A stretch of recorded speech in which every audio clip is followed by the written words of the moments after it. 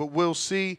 Looks like we got our guest, Pryce Sparrow, on the show. Pryce, what's going on, champ? How you feeling? Good morning. What's up, Ness? Good morning. I'm good. How you feeling? I'm good. I'm So good, man. Did we wake you or you been up already? I've been up. I've been up. Oh, cool. What you run in the mornings or what? Usually, I got strength and conditioning in the morning, but I ain't have it this morning because we going out to Atlanta for sparring in a little bit. Okay, man. So it ain't gonna be with my good friend, cause he's in Japan. So who you going out to the spar with? It ain't gonna be Brian Norman Jr., the champ. It ain't. It's gonna be some pros. Some of his sparring partners. Okay. Hey man, I don't know if I've already talked to you, cause I just do so many damn shows twice a day, 7 days a week. But congratulations on the win, bro. That was a huge step up, man. I don't know if your dad told you, but I had the president of WBC on, and we was talking Yeah. rankings and ratings. And he's like, yeah, whenever you know somebody's doing something special, you got to tell me. And I'm like, well, that's why I want to be on the committee, because this kid just debuted on the motherfucking Roy Jones card and took on a serious opponent with 7 or 8 straight wins. Mhm. People need to know about that, man. That's another reason I wanted to schedule you, man. What was the mindset behind taking that opponent as a debut?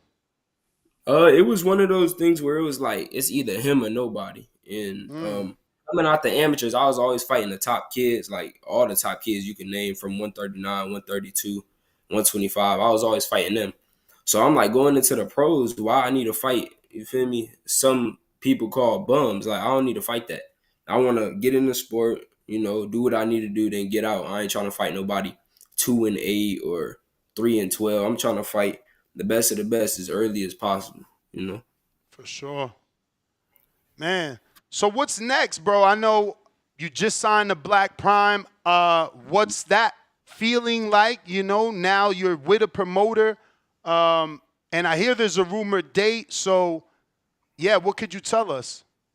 Yes, sir. We got a date, July 5th, Shreveport, Louisiana. That's next. We just training, getting ready for it. We ready right now, to be honest. But we still training. We still got some stuff to work on, and that's what's next. That's what we got next. Okay, that's great. So you're gonna be on that Shamar Canal WBC undercard. Aren't you Yes, sir. from Louisville?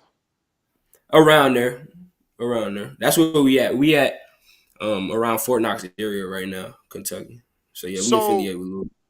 do you look forward to going back to Louisville? Because I know that Robert Merriweather signed a Black Prime. Now you being from Louisville and him doing his own show in Louisville in the past without Black Prime. Are y'all about to collaborate, man? Could we see a Louisville hometown fight for you and him be part of that? Oh yes, sir, for sure. That's we try and get those in the making, them fights later down the line, probably like by next year. Cause we got fights scheduled every month for the rest of this year. So I'll be pretty busy. But whenever we got time, we'll talk to the people, talk to the right people we need to, and get fights in Louisville for sure. So when did you get your growth spurt, man? Because the internet says you got bullied. I just can't see it. You too big. Nah, I don't even know. Probably from like 13 to 15. And Okay. then I probably hit another one 17 right now. I'm growing right now as we speak, man. I'm growing for sure. Yeah, nah, they say you don't stop till 25. Do you think you could hold that welterweight position? We at 140 right now. I could hold it for a good little bit. Not too long though. You know. Mm. Once it get hard, we definitely gonna move up. Ain't no sense of sucking down too much.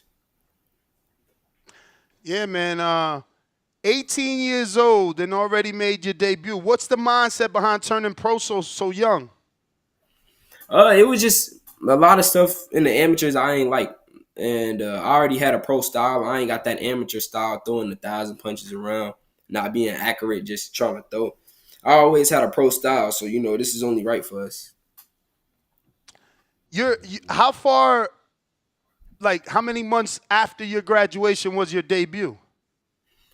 I had the little graduation in December and I fought in April, so about four or Mm. 5 months. Did that help at all with ticket sales and attention? It did. It did. Yeah, it definitely helped out a lot. That's A what's good little up. bit. So, you gonna hold camp in Atlanta, or you just driving out there for sparring? Just for sparring. We almost, wrapping camp up. We got like 2-3 weeks left. Okay, So this is just for sparring, getting work down there, getting new looks right before we get in the ring. for sure, man. So, how was it? Being on that Roy Jones card. Was he in attendance? Did he say anything specific? Obviously, he had to have noticed that you took such a step up, and then Yes. you got the win. So, did was there any words of wisdom from Roy Jones to you? Oh yes, sir. It definitely was. He was telling me I gotta go out there, be on my toes with this dude, on 10 toes. I gotta be sharp with this dude. He was definitely in attendance, watching the fight. After the fight, he told me, I look pretty good in there. There's a few things I need to work on, but for the most part, I'm a star. Yeah, he So, he definitely gave me some good word. is it just like a mentorship between y'all two, or is he training you? Nah, just some mentorship a little bit. Pops training me. My dad doing you know, all the work. For sure, man. Um, Take me back to that moment when you stepped in the ring that first time that gave you that confidence. Obviously, you were being bullied, so you had to go learn how to box. Then you Mhm. had to get confidence in what you're doing. So when did you know, okay, I'm good at this? Well, the first time I stepped in the ring, it was the first day I went in the gym. I sparred a girl.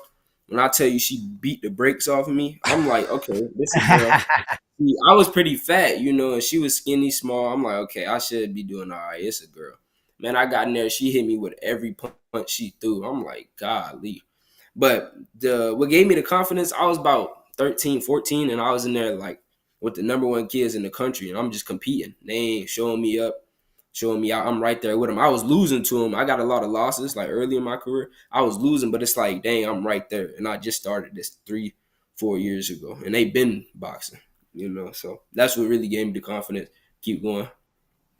So your dad set up a gym in your garage to train you. What's the most memorable lesson he taught you in those early days that still drives you today? Oh, that this sport is gonna be lonely. Like I used to be sad because it was just me in the garage every day training by myself.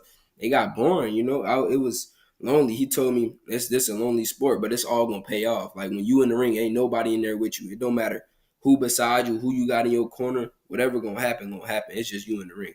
So that's something that, stuck with me. I'm like, yeah, I gotta, lock in.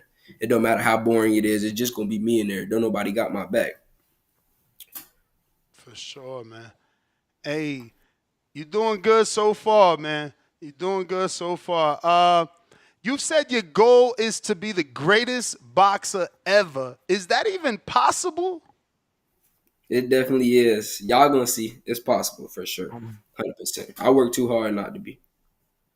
So who's that one fighter you want to face to prove that you're on that path to be the best fighter ever? Any of the top guys at 140. Later down the line, of course. But any of the top guys at 140. Then we're gonna move up to 47, do my damage there, then 54. So speaking of 40, what's your thoughts, man? We were just talking. Obviously, Keyshawn Davis is going to be having a big show in Mm-hmm. Norfolk. He's fighting De Los Santos, but some of the side drama is that he had received an offer to fight Tio at 140, but Tio declined it to fight Boots at 147, and that fight didn't happen. What do you think about a fight with Keyshawn and Tio at 140? That's your division. How's that play out? That's I don't know. That's gonna be scary. It's one of them things. Whoever catch who first gonna change the whole fight for the rest of the night. Cause they both got pop. They both got sneaky power. I feel like the I feel like Keyshawn can catch Tio better than Tio could catch Keyshawn because Tio got more mistakes. But it's whoever Mm. catch who that's gonna change the fight. And up the other person's confidence.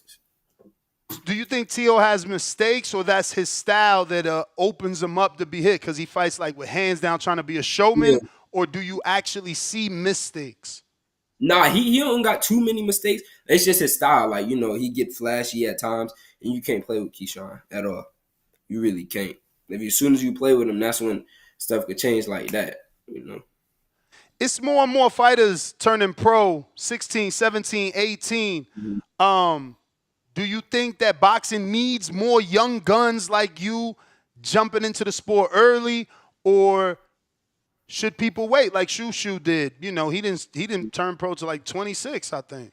Yeah, something like that. I feel like it could go both ways because these young kids out here hungry. They real hungry. They more hungry than the guys at the top, for real, for real. But at the same time, you could wait and build yourself up. But it's I feel like in the amateurs, it's a lot of stuff that a lot of these fighters don't agree with. Fights that they clearly won, going the other way, traveling 12 hours just to lose a fight that they won. And I feel like a lot of fighters think it's time to start getting paid. We got stuff going on, we got stuff to do. We try and get paid and see this boxing pay off. So who set it up for you to go to West End School and speak before your debut? Like, whose idea was that? My dad, he come up with all the good ideas. No, I Okay. usually didn't want to do it because I was on weight. You know how you feel. You Yeah. on weight. You ain't trying to be bothered. No, none of that. But it was good talking to the kids. It was really good. What's the message that you, I guess, sent to them or told them? I told them anything possible. Whatever you put your mind to, you can do. Because I started off not thinking I was gonna be here at all. Not a professional athlete. Started off fat. Getting picked on, getting bullied. Now I'm here, one of the best professional athletes there will ever be. Earlier, when we talked about you being the best fighter ever, is that something that's in you because of where you're from? And obviously, Ali is considered the GOAT. So I don't know. Do you feel like some sort of something in you where you you got to be better because he's from there? I don't know. I mean, it's a little connection, but just how I was brought up, if you do something, you got to be the best at it. That's just how I feel. If I'm doing something, I'm going to be the best. And if I ain't the best, then I'm going to be the best. That's just how I feel. You feel me? For sure. I got a couple questions from the people, Pryce. Let me get to those. First one is coming from Ali and Dago that says, "What's up, Sparrow? Who are your top 3 favorite fighters of all time?" Top 3 favorite fighters of all time. We got Muhammad Ali, Roy Jones Jr., and Terrence Crawford. Mm. I gotta ask, Ali, he just because it's Ali, or again more personal connection because of the hometown? Both. They both playing a part. Yeah. We got Mockzilla, Barton, Texas. Thank you for your time. What do you eat after your weigh-in as well as before the fight? Congrats on your new contract. Appreciate it. Appreciate it. Like, after my fight, I'll make sure I eat carbs. No, after the weigh-in, I'll make sure I eat carbs, bread, probably pasta. I like pasta. Before the fight, I eat something light like fruit, but I always gotta have candy. I eat like Mike and Ice or something or Skittles right before my fight. The sugar helps, or does it ever give you a down? Because sometimes they say sugar, in the beginning gives you that up, but then you get that down. Yeah, no, it stay up. It don't never really give me a down. Cool. We got the next one says, "Pryce, appreciate your time on the show at Consejero from Washington State. How do you take care of your mental health, especially before a fight?" Really, just music and talking to my dad and my mom. Music. I listen to somebody like Dirk or Yo Gotti or somebody like that. It just keep me calm, keep me chilling. I'll talk to my dad and my mama. They keep me calm, head on the swivel. I got Quest in VA. He says, "What up, champ? Blind rank these famous video game franchises. Mortal Kombat. It's 5 of them. So it's 1 through 5, the order you believe they belong. And I can only give you one at a time." One at a time. Mortal Kombat. Yep. 2. Call of Duty. 4. NBA 2K. 3. Street Fighter. 5. GTA. 1. Yeah. 1. For sure. Salute. That was dope. People be hating on that question. I think the format of that question is dope.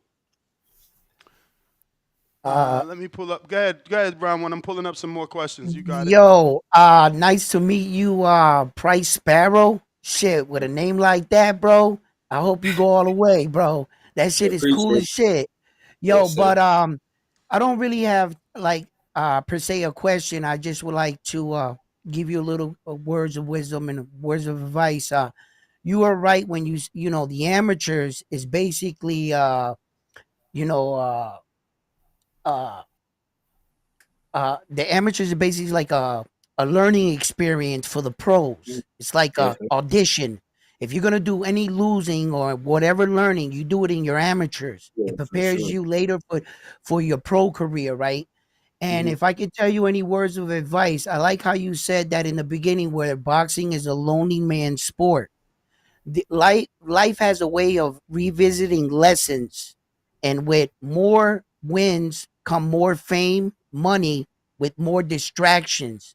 You're Hmm. gonna have to remind yourself of those Yes, sir. days that it was better to be left alone and stay focused. A boxer's Yeah. career is very short. You know, from 20 to 30 is only 10 years.